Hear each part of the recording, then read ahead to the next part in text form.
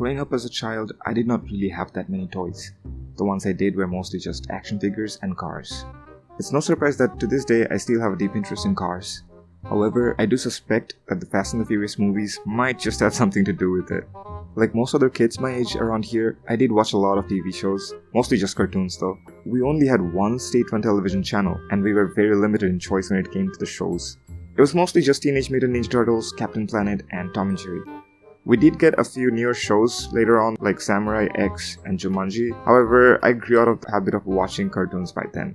Unlike rest of the world, kids in my country really didn't have video game consoles at home that often. As such, I was introduced to the world of video games a lot later than most kids in the West. This all changed when I was coming back from school one day. I noticed a video game arcade on the side of the street that I've never seen before. Ever curious, I went in to see what it was all about. I was mesmerized to find myself in the middle of rows of video game arcade cabinets playing one single amazing game, Cadillacs and Dinosaurs. Up until this point, my idea of video games was mostly from the cartoon show The New Adventures of Johnny Quest, but this was entirely new to me. The color palette, the artwork, the character design, it was all just breathtaking. This was love at first sight. For several months after that, I would sneak out every afternoon and run to the arcade. I used to save up my lunch money for a few tries at the game. However, there were quite a few older kids that used to hang around the arcade all the time, and I was a little too short to reach the controls properly myself. This all meant that I had to wait quite a while before I could get my turn at the game. I do have to admit though, I never really got past the butcher boss at the end of level 2. This all came to an end pretty soon afterwards, when one day my mother saw me go into the arcade.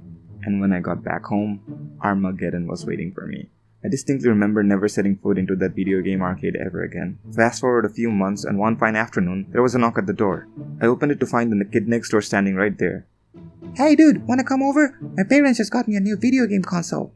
I was quite a bit jealous to find that his parents just got him a brand new Sega Mega Drive. I think the console was called the Sega Genesis in the West, but in this part of the world it was known as the Sega Mega Drive, and since it was the only Sega console available in this part of the world, we all just called it the Sega.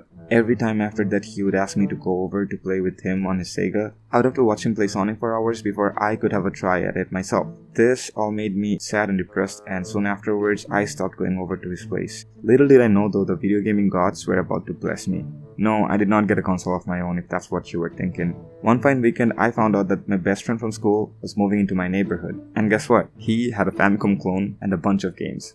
And again, for several months after that, I would go over to his place every afternoon, in the name of studying of course. We racked up hundreds of hours playing Super Mario Bros., Mortal Kombat, and Street Fighter on his Famicom clone. And soon afterwards, my parents decided to get me a brand new console of my own. This was only because I got a set of straight A's at school. And like my friend, I also got myself a Famicom clone. I don't remember any of my friends having a genuine NES or a Famicom here. I guess they were not really imported into my country. This also meant that we had bootleg cartridges. I got one with my console and it had 100,000 games in one, but it was more like 20 games in one to be honest. Most of the games were just repetitions or just different levels of Super Mario Bros. I loved the games that I had, mostly Excitebike, Super Mario Bros., Contra, Double Dragon, some clone of Galactica, and a few others.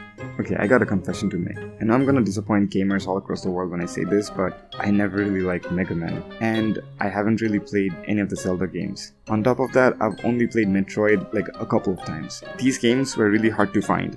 Mostly because original cartridges of these games were not really available around this part of the world, and the bootleg cartridges never really had them. Even when we did manage to find a few people who would import the cartridges here, they were usually 4 or 5 times the price of the regular bootleg ones. But there was one game that I played more than all the other games combined, and I don't know what it's called. All I remember that the protagonist was a 3-eyed boy. So while making this video, I did a lot of googling, and I realized that the game didn't really have an English title, so without trying to butcher the name of the game itself, I'll just leave the box art on screen. When I turned 16, I did get a brand new computer, and this opened up the world of PC gaming. However, I feel like that's a story for another video.